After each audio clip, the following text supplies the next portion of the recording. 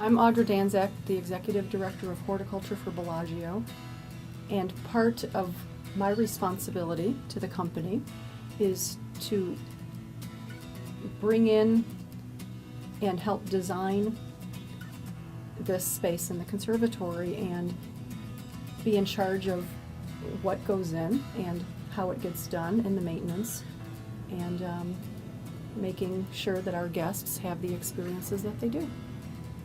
Stephen?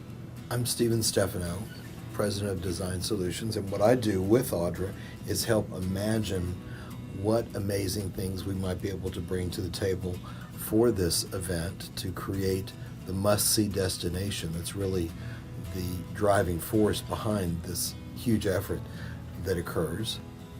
I'm Paul Bussey. I own a company called Applied Imagination, and actually I'm the one that gets to have all the fun. So you brought the magic to our conservatory for this show, and we're happy that you're here with us. This is the first show we've ever done miniature scaled landscape to give you that perspective of a miniature garden. And I Right, think we've that always was- gotten bigger, I think it was interesting. complete shift in Yeah. scale. So for me, it was exciting, to have large-scale trees and then scaling down into mini scenes, with smaller material. Yeah. So I thought it was interesting. But I love the kites work, Oh, it was awesome. even though they're bigger than life. It still works, yeah. We've lost the scale grade altogether. Things that are bigger than life and things that are smaller than life. We put the person in the middle, and they're floating between two worlds. But I didn't realize how much work went into you really analyzing architecture and space and distances and understanding how villages are laid out or towns so I thought it was pretty amazing. Once I started looking at what you were putting in, I'm like, oh wow, there's more to it than what meets the eye, I guess is a good way of putting it.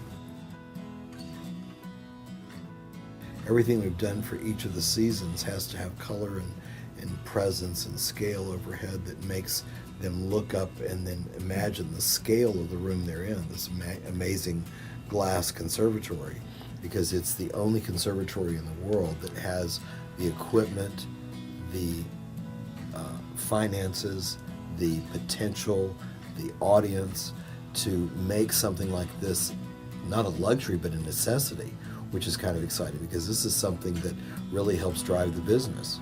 And then when Stephen mentioned, well, these trains are going to be going over your head, I'm like, okay, that's what we have to have because it's exactly what our guests love to experience.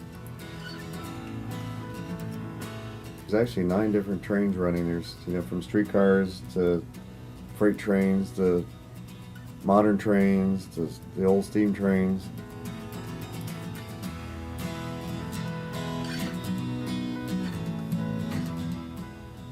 My main concern is that we've got lots of color and texture and motion and whistles and bells, and there's something that gets your attention almost anywhere you turn and look.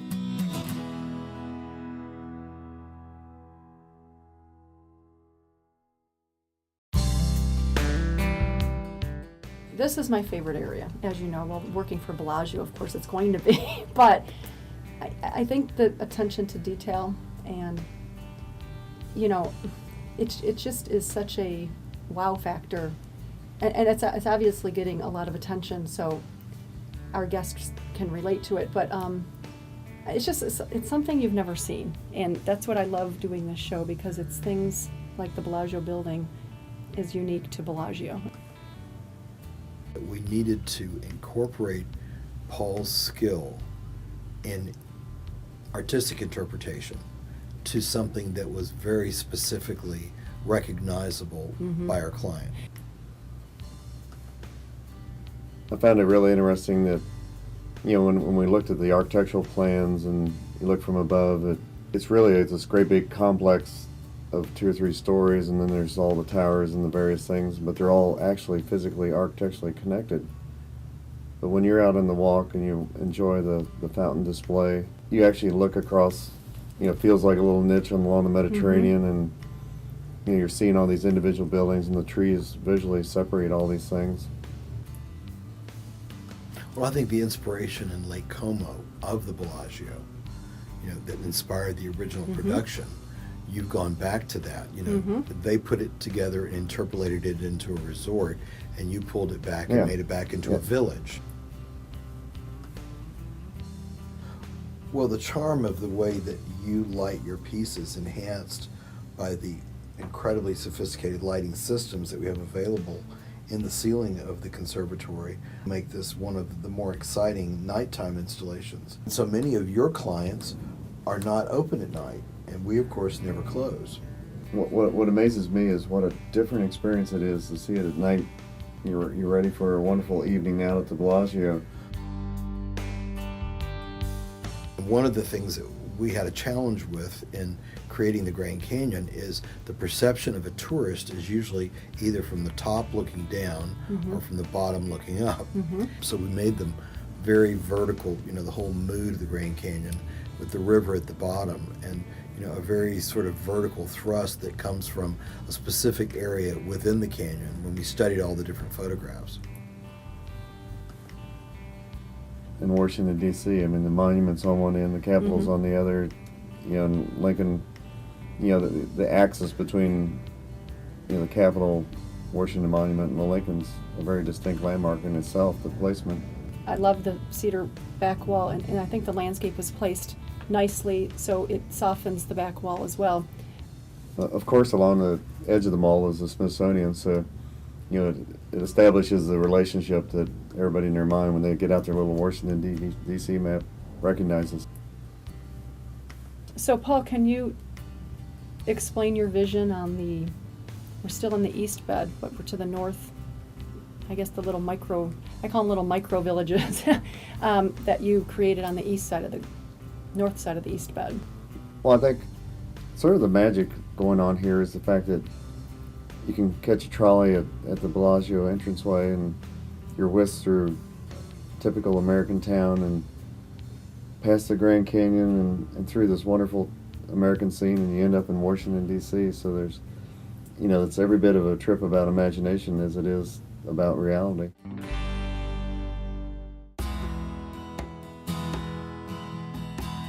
This is one of my favorite beds. I love how Mount Rushmore is just set up on this pedestal. Well, I know, Stephen, you sculpted this. Well, actually, we ended up resculpting it 3 times. It was something that I really was not aware of how difficult those particular faces or icons were, because we're so familiar with Washington's face, Lincoln's face in particular. You kind of take it for granted. And Lincoln was one of the hardest because he's so gaunt. The background in that area is these absolutely delightful redwoods, and they're 25, 35 foot tall, which, you look at, we're using half-inch scale trains here, and we're putting 35-foot trees in here. What's wrong with this picture here? But, they don't become just single trees in a landscape. They actually become our mountain range behind. And probably one of my biggest concerns, as we're setting one of these up, is once we start building those mountains, they almost seem overpowering. It's like, oh my gosh, what are we creating here? We're creating a monster, But then when the landscaping starts softening those edges, and then you put details in front of it, they really become your canvas. And it isn't about the mountains, but it's about the space that they define. And when we do change outs, I always want to see big stuff going on. So when you were doing the mountains, I'm like, yeah, give me more, because I love it. Because we're so used to designing this space and creating this space. It was like, just bring it on. We're ready for it.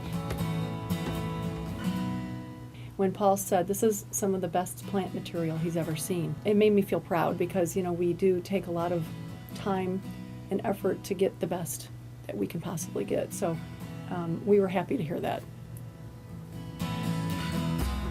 The area, it's still in the north bed going towards the Cafe Bellagio, is, I think, one of your favorite areas. It's the fantasy, the fairy tale fantasy section. Village. I have to say I was a little reluctant at putting this in. I didn't know how it would be received, really, is why. And I remember Paul saying, oh, no, we have to have it. So I think it's wonderful because it tells a story.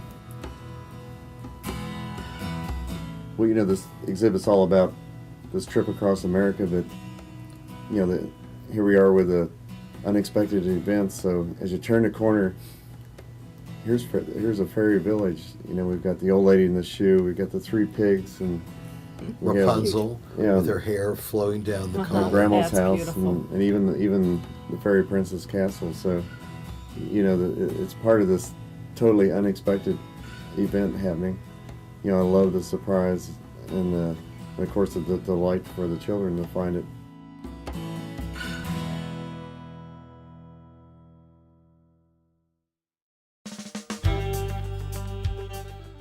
As our guests are coming through our lobby, and as they can travel through what we call our new Spa Tower promenade, there's an observation area. And Paul, can you explain how you took advantage of this photo opportunity with the lighthouses? Because lighthouses are one of my favorite things, so it was fun to see that. Well, when you walk up to the observation deck, we hit you with America's tallest lighthouse, which is Cape Hatteras, and that actually stands 9 feet tall. It has a working light.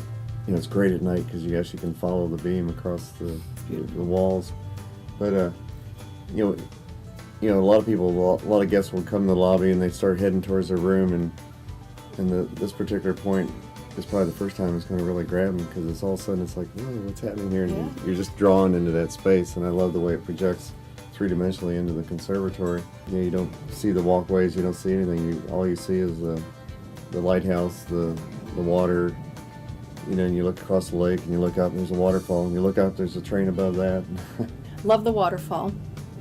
It just sets it off. It's perfect. I mean, it's just enough, enough flow to create some activity and some action.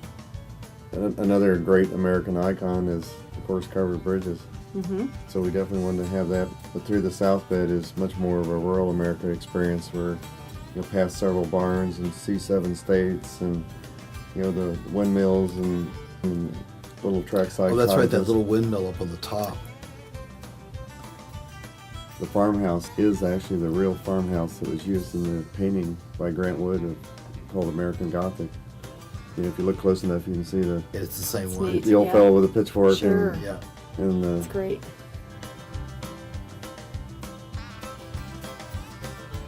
You took advantage of I'm going to just call it a damaged tree, but you saw the opportunity in it of how you could use it as part of a show. Well, that probably started 50 years ago when a branch broke off this old oak tree. And years later, that it kind of grew into this wonderful shape. And this is where, instead of looking like just an old dead limb, I was seeing a tunnel. Well, it's a fantastic I love it. It really is. One night when the lighting first got turned on from above, I was strolling down the hallway. I looked, and the whole Grand Canyon scene was framed by the Cedar Mountains, and it's like, boy, this is like one of those 3-dimensional dioramas. I had to run over and get It's Stephen worked out great, and yeah. and show him, because it's like, this is cool.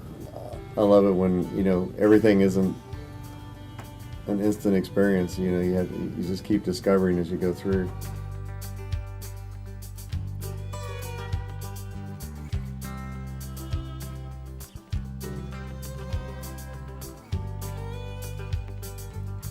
Well, which takes us into the West Bed, where we have, the most famous icon, the Capitol building Capitol from building. Washington. Everything you're looking at, is plant material. I mean, Lady Liberty, that's virtually 8 foot on top of the building, and she's wearing like a robe of a corn husk, and the dome itself is actually sycamore leaves, and you come down the top of columns is acorn caps, and there's euonymus and honeysuckle and cinnamon sticks. Everything you're looking at, some sort of plant material. Well, I think that, is what's interesting about the piece adjacent to it as well, which is the Jefferson Memorial. The gourd is so wonderful on that, or if you look at something as simple as the Washington Monument, those are sea grapes, but it looks just like the real stone. You couldn't take plastic and model that much detail into it if you spent weeks and weeks and weeks. Tell us your strategies on how you pick the organic materials that you use to create the buildings, because I think that's, to me, one of the most interesting parts of your displays. And that's really why we came to you, because we saw the detail that went into the buildings and the organic Well, and the products you use. uniqueness. It's No one else very does anything unique. like this. Well, everything's expressed through plant material, and this is what I think makes it so wonderful for being in a conservatory, because we're really celebrating the world of plants. But we've made people look at plants in a totally different way. What might look like, an ornament on top of a window, like the top of a column or something. If you look close enough, that might be a cinnamon stick. There might be an acorn on top of that.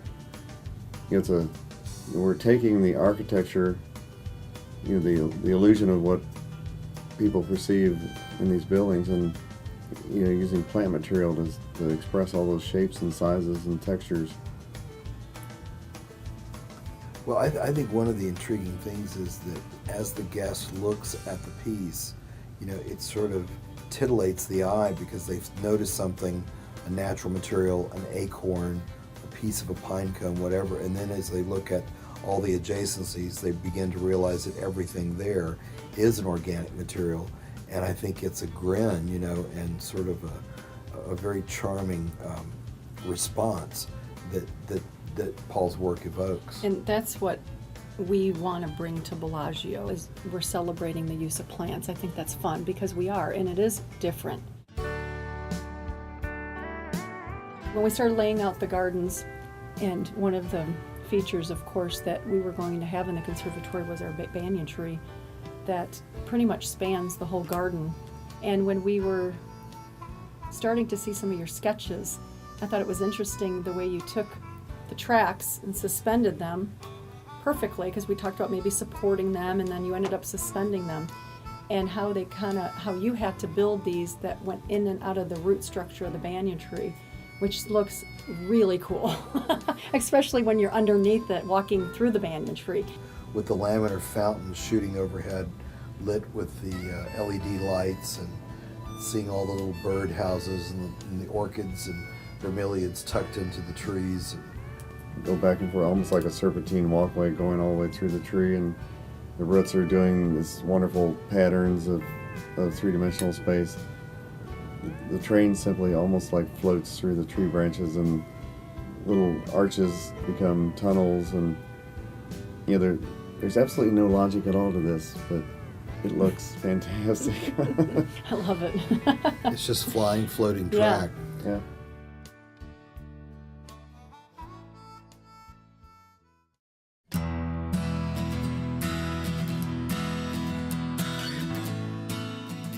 In summation, for me, the real pleasure is that we're delighting thousands of people every day, and the smiles on their faces, and it's not just kids. I've loved working in this challenging space of the 3-dimension and having almost like a magic wand, lighting and sound effects and everything. But the real reward for me is that we're going to delight thousands and thousands of people. Well, I think one of the exciting things for us in doing this ongoingly is to be able to bring new and exciting projects to the conservatory and keep the clients having to come in to see what we've done, because it's so incredibly new and different. And I think this is one of the most successful shows yet at the Bellagio Conservatory.